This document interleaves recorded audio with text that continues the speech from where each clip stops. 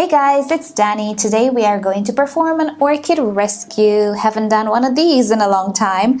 That's not a bad thing, but sometimes, one of these cases comes back into my life, so it is time to make a video on it. Now, this is an Oncidium type orchid, which was with somebody else. Now it's back with me again, and as you can see, we have some things to do. Definitely, we must repot this orchid. This has been kept outside, so hopefully we won't get insects inside the medium, but who knows? We can actually have some creepy crawlers that we're not expecting, but we'll see what we have here. Definitely part of this orchid needs to go. It's not looking very, very good.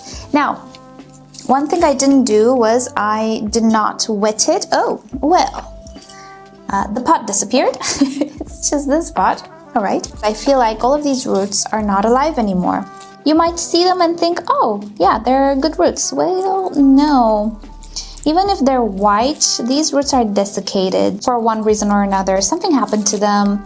This might still be alive. This might actually create a mess because everything is very dry and it might start to fly around. So I'm gonna actually go wet it. I was hoping to do this without having to wet it, but I have to. So I'm gonna go watch for it a little bit. I'm gonna keep the gloves and I'll be right back.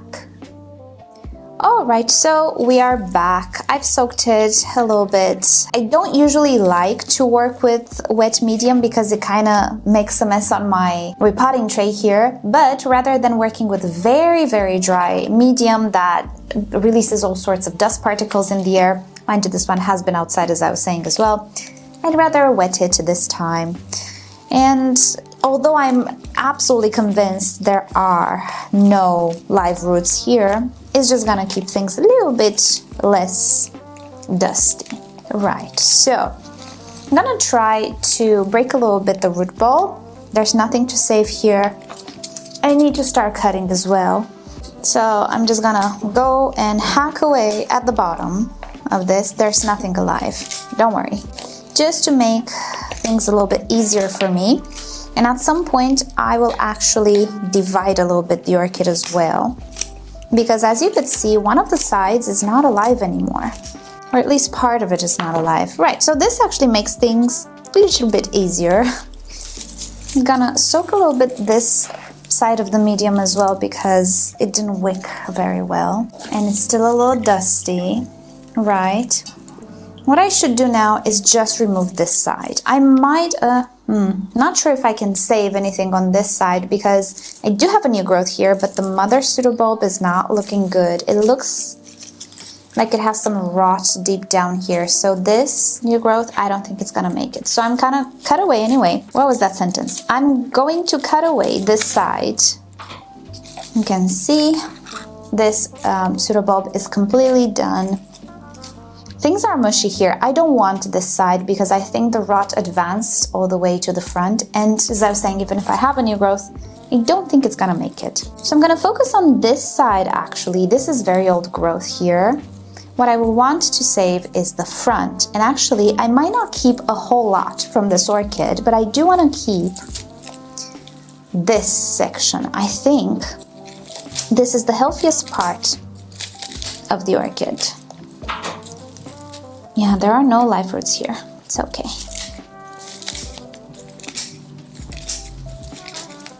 One of my least favorite types of orchids to repot is a pot-bound Oncidium type orchid because these guys create so many roots.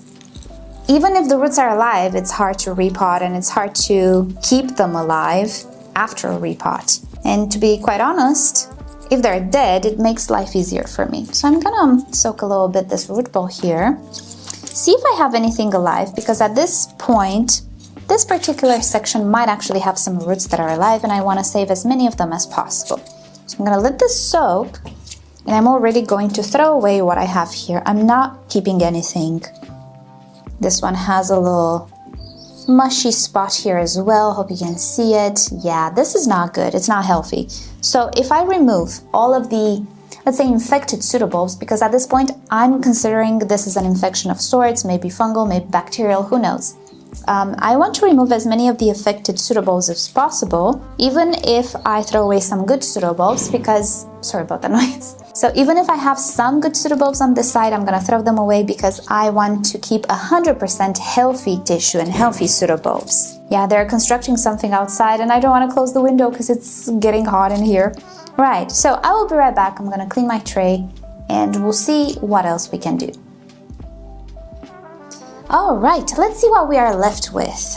This one has been soaking for a little bit, so yeah, I can clearly see what roots are alive, and only a few roots here and a few roots here are worthy of keeping. So I will keep only those, and I will try to remove everything that I have here. I can just cut it away. There's nothing alive here, sadly. Let me just double check. No. These, you know, these are very deceiving. They're white and you might think, oh, they're good roots, I'm gonna keep them, but they're not. You have to press on them. And if you do, you're gonna see, you know, the velvet just comes off. They're just not alive anymore. So, first off, actually, let's see, do I keep everything? Let's cut away some of these dried sheets here. I also want to see if the rotting has infected any of these pseudobulbs, and it doesn't seem like it did. Now, this is a very old pseudobulb, but because I kind of want this orchid to not be super set back, I will actually leave this old pseudobulb, and maybe after a year or two I will remove it. Yeah, I do have an old pseudobulb here as well. Can I keep it? Should I keep it? Let me just see if it's affected. If I see any trace of rotting, I'm gonna remove it, but I don't see. Right, so you know what? At this point, I'm gonna keep all of these pseudobulbs, even though some are older. Everything on this orchid can give energy to the new growth, and right now we do want it. So even if this orchid will not look very aesthetically pleasing, that's for sure, it is in its benefit to maintain as many pseudobulbs as we can. Right, so I'm gonna go ahead and cut all of this former healthy root ball. Well, there is also some good news. I don't actually see any red ring on the rhizome. I just cut part of the rhizome. So I don't see any signs of potential fusarium. Things look brownish, which is fine, but I don't see that bright reddish purplish ring, which in the past I did see with some orchids that I suspected were infected. So that's good. He's just stressed, but it's okay, we can fix that. Let's remove all of the dried bits that we can see. I also don't see pests or other insects, so that's good as well. Right, we're pretty okay. So at this point, let's see, we can actually go for a standard pot. I don't want to repot this orchid in anything super big right now because in about 6 months, I might actually want to go in and get rid of this, maybe. Some of these pseudobulbs could actually deplete themselves in an attempt to give all of their energy to the new growth, since we don't actually have too many roots. So in 6 months' time or so, I do want to intervene again and see what's happening with the roots, see if everything is okay, and maybe tidy it up a little bit more. And for this reason, I will opt for not a very large pot, which is my usual go-to for these types of orchids. And I will also opt, I think, for only sphagnum moss inside the pot and just a layer of bark, because sphagnum moss is very, very easy on the roots, especially when you repot, and I don't actually have to remove anything from the root ball in 6 months. The sphagnum moss will be absolutely good. So if I decide to up pot in 6 months, I can totally reuse the sphagnum moss. And yeah, right now I just need a lot of moisture for this orchid. So let me find a pot. And there it is. It's a little big. Yeah, I don't have a tinier one, but you know what? I'm not gonna fill it all the way. I think I'm gonna fill it just up to here, just so I don't waste sphagnum moss. I was actually looking for a little bit of a tinier one, but I don't have it here. This one will be okay.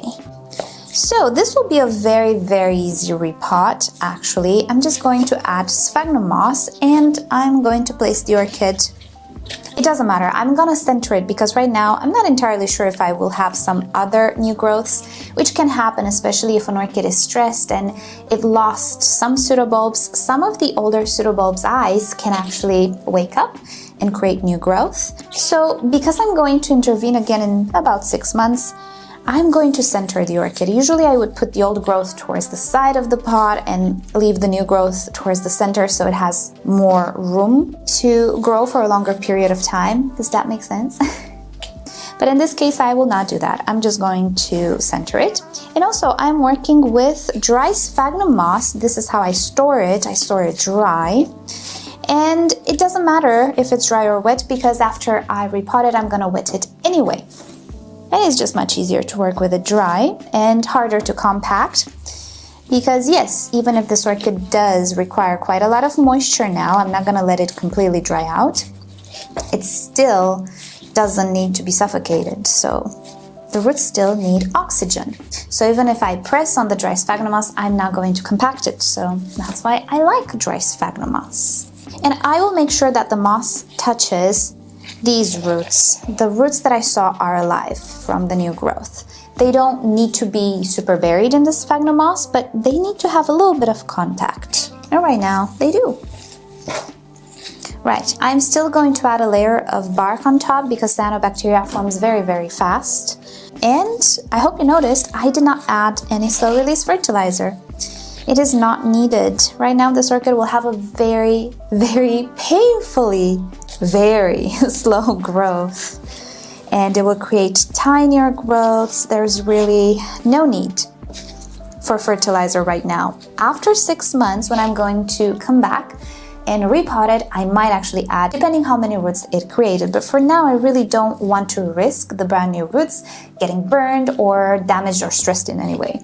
So just sphagnum moss and water will be enough to actually keep this orchid in a fluffy, friendly environment. Right, so let's continue with the final layer. As I was saying, it's just bark and it does nothing more than prevent cyanobacteria. And by the way, cyanobacteria is not an algae, it is a bacteria, and it can create some byproducts that can damage roots and sensitive stems. I've actually had some jewel orchid stems being burned by the cyanobacteria. So it's no joke. Cyano is no joke.